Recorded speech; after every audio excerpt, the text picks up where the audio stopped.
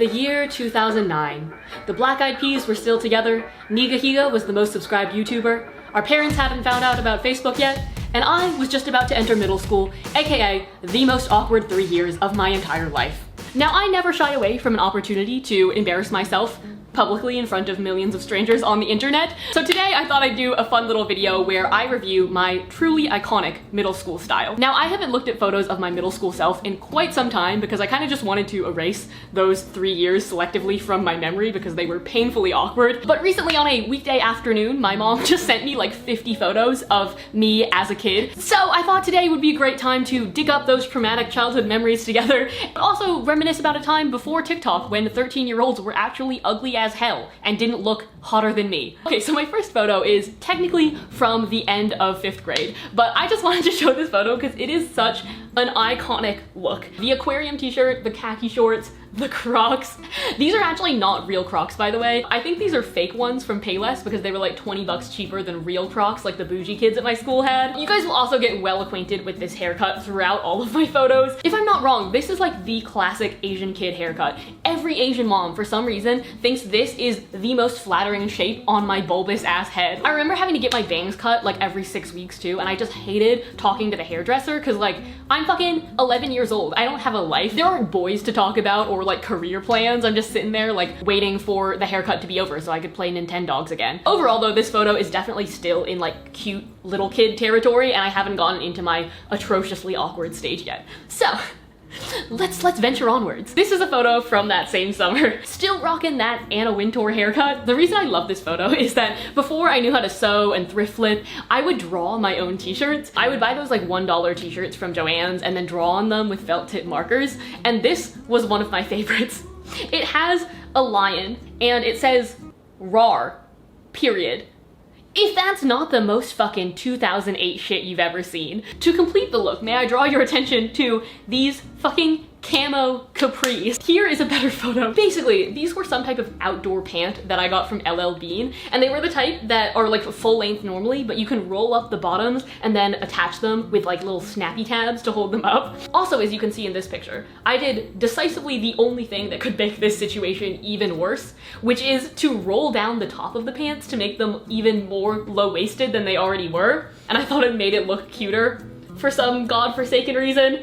God, the 2000s were a weird time. Here is another one of the t-shirts that I drew. This one, if you zoom in real close, you can see that it's 2 eggs with mouths, and one of them is saying "blimey" to the other one.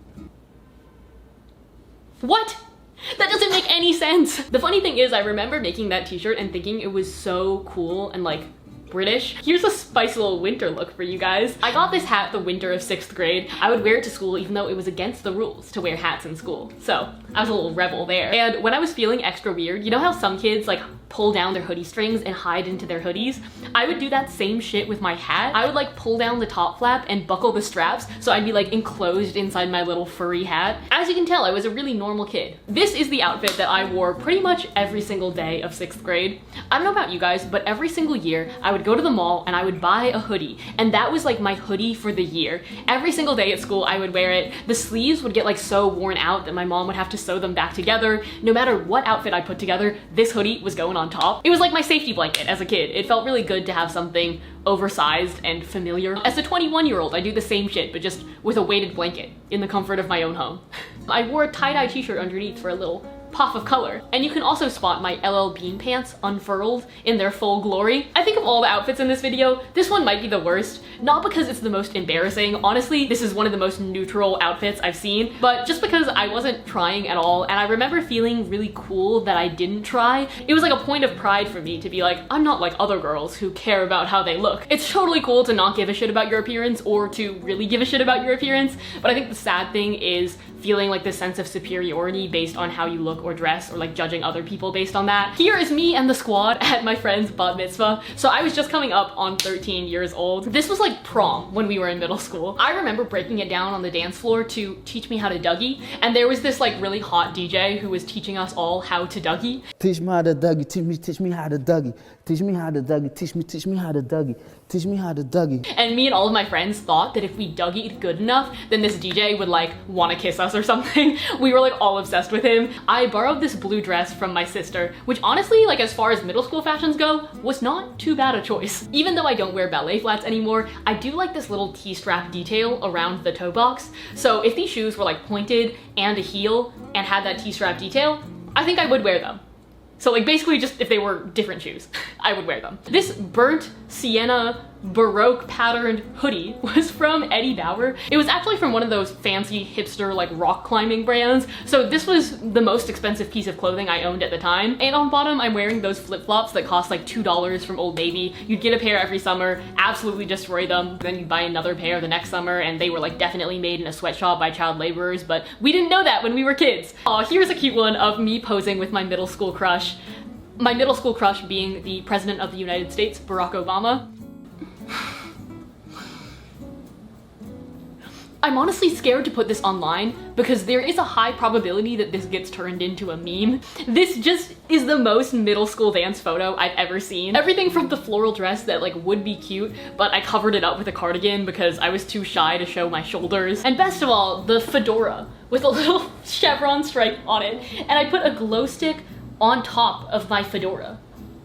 This was the outfit that I wore on the first day of 7th grade, and I was so incredibly proud of this outfit. At this point, I had finally gotten the balls to start dressing up a little bit and expressing my style. Granted, my style still looked really fucking awkward, but I was trying. I got this gray floral top from American Eagle, and it was the first thing that I had chosen out for myself that was kind of fancy and nice. Of course, in classic 2000 style, I had this like modesty cami that I got from Aeropostale that I would layer underneath my scoop neck tops so that I wouldn't show too much of my non-existent preteen cleavage.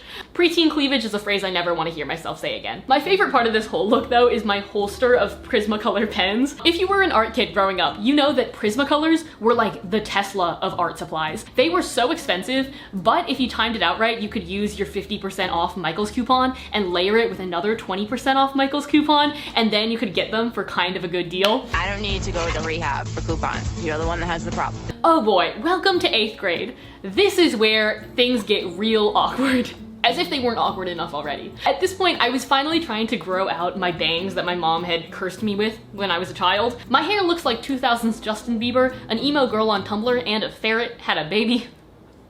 And it is not a look. Here I'm sporting my new 8th grade hoodie, which says Arrow down the side. In 2010, for some reason, fashion was just logos. It was just how big an Aeropostale or Abercrombie logo can you fit on your clothing? And can you have it on your t-shirt, on your pants, and on your hoodie? Which I guess coincidentally also describes streetwear today. I do not know what went on in my middle school brain. Oh god. You don't think it can get worse than it does.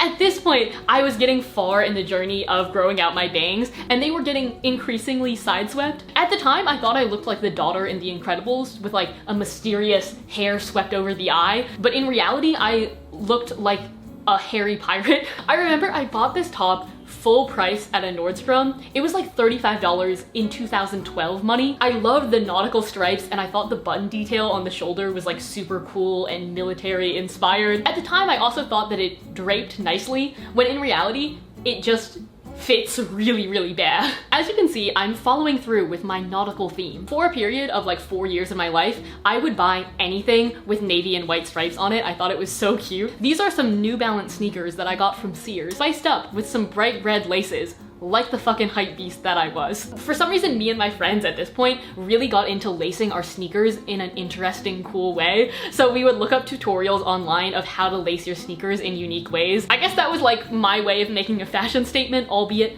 a very bad one. I thought I would leave you with this final photo, which is what I wore to my 8th grade dance to wrap up my middle school experience. Firstly, let's address the elephant in the room here, which is my expression in this photo. I used to hate having my photo taken so much, which is just a little bit ironic now that Instagram and YouTube like is literally how I make my money. I used to hate it so much when my mom would ask to take a photo of me that to spite her, I would make the ugliest face possible. So that's what I'm doing in this photo. Honestly, even if I wasn't making that expression, I think my face would still be pretty ugly, so gotcha there, mom. At this point, I was kind of blossoming into my own style, and I was actually really proud of the dress and shoes that I chose for this dance. Back in 2012, color blocking was the hottest trend, hence my choice of this two-toned creamsicle dress. The colors are a little bit 2012, but overall I think that the silhouette is pretty flattering and a good choice for, what was I, like 14? I wasn't getting too sexy, but I still had a little bit of a waistline going on. All right, I think I have thoroughly embarrassed myself enough today. Thank you guys so much for watching. I hope you enjoyed, and I hope this shows you that, like,